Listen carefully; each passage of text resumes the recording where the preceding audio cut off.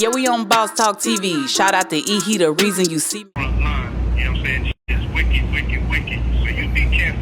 Yeah. We can't do nothing if they, you know what I'm saying? I need you out there, you feel me? Yeah. I hear you. Yes, sir. Yeah. Yes, sir. Man, have some fucking fun. You're not having no fun and then get behind the mic, have some fun, chop up them samples, get back on your Hitman vibe, Yeah. have some fun, get back to smiling. Yeah. These other motherfuckers, they'll waste your time, big. Yeah. You know what I'm saying? Yeah, I Waste your understand. motherfucking time. You know what I'm saying? So put that love in your heart, man, and enjoy yourself, man. When I get out there, man, I'm gonna see you tear down the stadiums. I need to see you back on that stage and actually rapping and performing and everything. I be dreaming of that shit. Yeah. Yeah, it's time. It's time for me to just grab the mic and get back on. It's like I love music again. Wow. Hey guys, make sure you like, subscribe to the channel. Kanye, another elite conversation between him and Diddy. Diddy's locked up, of course, and here we are. Basically the Shade Room, it leaks and Shade Room drops it. TMZ picks it up, and Diddy is giving pretty much encouraging words to Kanye, saying, keep on going, man, keep smiling, man, get back to doing them samples, man. And it's like, and Kanye is like, yes, sir, showing him love. But I got my boy OG, you there? Yes, sir. Yes, sir. We out here in Babylon making it happen.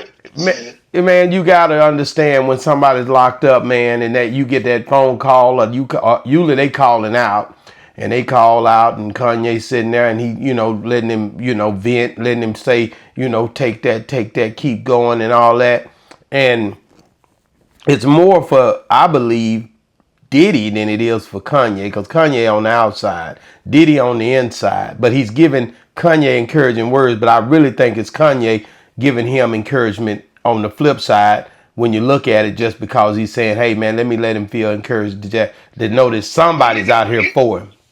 Yeah, well, sometimes when them dudes in them cages, we get those astronomical thoughts and we become these Einsteins, and I'm going to give you, man, just keep your head up. No, don't drop the soap, but you have to pay that. Come on, OG. Don't drop the soap. I'm just saying, man, that sometimes you have to be the Dr. Phil and let them vent. Be like Dr. Phil and let them vent, because Kanye doing the things that he does, he's an amazing man. Most of us that got the opinions are losers. They ain't got a dime, but he stands on his principles. He stands on the stuff that he does against common knowledge of what we think. He was with Trump. A lot of things that he said, when he said that Bush don't like black people, everybody thought it, but they were scared to say it. So he does some stuff that's out the box, and I appreciate him for standing up with Puffy. No matter what Puffy did, he didn't do it among himself. He was guided by white America, and he believes he was white folks. Now Puffy know exactly who he is, and I'm glad he got somebody he can reach out to, because Kanye got Donald Trump's ear, and we're making free Diddy and let him come back to his lotion and stuff. That ain't, I don't make him a bad guy. What's the difference between his lotion and Hugh Hefner's parties that he was throwing? Not a thing. That's what we talk about.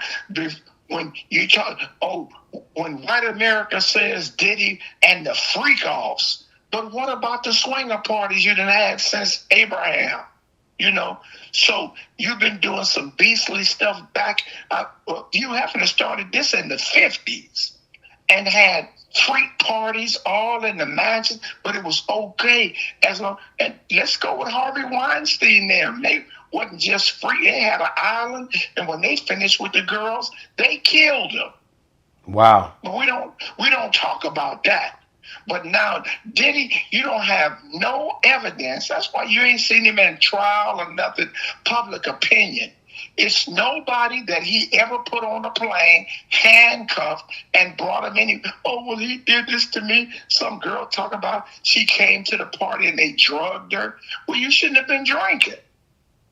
Wow. OG, but there are a lot of victims out there that basically, when you look at those, hold on, let me finish, OG. What? There's a lot of victims out there that's stepping up, guys that DJ'd, and there is people out there that are saying, hey, man, them parties got tough. He asked me would I suck a you know what for $1 million, or stuff, outlandish stuff was being said, and for you to say it's all like it's okay, something let him go and all that. Some people not going to agree with that. I don't care whether they agree with it or not. It's a gang of people that suck something for $1,000, let alone $1 million. The devil say I only suggest you do what you want to do. Just because when you up in the party, you know what's going on. You're looking at the rooms. So it's your obligation. Oh, I went to the party, but I didn't stay that long. But you went. Most of them wasn't even invited. They just broke up in there. It was +1. Nobody even know they was coming. You're not a victim. You're a self-proclaimed victim because you could have stayed home and watched Eyewitness News, but you elected to go to the party. Didn't nobody drag you. You weren't kidnapped. So everybody has to take responsibility for what they do. And now you accuse me. Oh, it was your party. Okay. Wow. So Kanye, I think Kanye is once again positioning himself to try to help Diddy and to go against the grain and do something that others decided against or decided to be quiet about. There's a lot of people wish they had the courage to step up for Diddy that was at those parties. I've seen so many different people that they wanted to say something, but they didn't. You got all type of friends that was on Bad Boy, Mary J. Blige, Busta Rhymes was hanging with him, Rick Ross was hanging with him, Jeezy was hanging with him. There was a host, just a litany of people that was in support of P. Diddy when he was out doing his thing. We all know that. We seen him. Jamie Foxx was hanging with him. They were having parties. There's footage out here showing that they all was having parties together. They all sorts of stories is coming out. People are saying the boys from the band, all them folks were crying the other day. All of them just crying in the interview because they say Diddy did something, but they didn't say what Diddy did. What did he do? What about the making of the band? All this stuff that they're saying, we're wanting to see the evidence.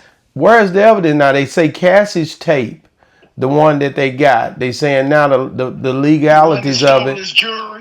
Wait a minute. They're saying the legalities of it is that they can't figure out if this tape is the real tape or if this tape footage was cut out of this tape, the one where they got it out of the hotel, the footage that they got.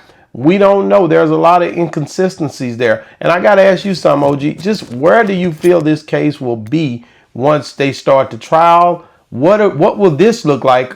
You've seen others and you've dissected this stuff. What will this trial look like against P. Diddy? This trial is getting ready to go. And it's not about the trial. It's about them breaking Puffy Combs economically, financially, just to destroy him under public pressure. It's not about it's not going to bring anybody to trial. But it'll be over. They're going to drag this out. If they had something, he would have been in trial. All of these people, like Bobby Womack says, nobody wants you when you're down and out. All of them people are saying he did when they was getting paid $2,000 and $3,000, $4,000 a day. Wasn't nobody complained. Everybody was loving. Look at Death Row. All of the dudes that was on Death Row making money, but once Shield took a fall, they abandoned him like rats. So you telling me that? Going back to Kanye, do we feel like, how does this make him look at the end of the day? He's worth $2.7 billion and counting. I heard that from himself. Like, what does this do to his career for him supporting Diddy in this time? Does this do anything to him? Did he break the chains off his brains when he came back after they said they had broke him? and now he's back to being 2.7 billion and counting. Like, what does this do to his legacy? Well, actually, Kanye hasn't committed to anything.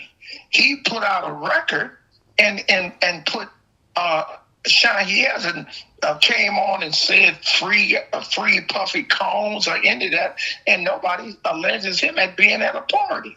So he's just somebody that's reaching out to somebody else. So people take it like he's taking a side, but he's maneuvering himself very gallantly, in my little bitty opinion, that he's doing something that rubs people, that brings controversy, that Kanye did it again. Kanye went against the grain. So he's building his value up as somebody that supports some against all odds. He supported Trump against all odds, and he won. And these Negroes is looking stupid. So I applaud him. Wow, guys, get in the comments. Let us know what you think. Do you agree with OG Pyru that Kanye likes going against the grain, which I definitely see it as well. But do you think that the move that he's doing here with Diddy, what does this do to Kanye's career? How does this make him look at the end of the day when all the smoke clears? Will this help or hurt? Will this affect him in a negative way, or will he be okay through this? Let us know, man. Boss Talk 101 review. Yeah, we on Boss Talk TV. Shout out to E. He the reason you see me.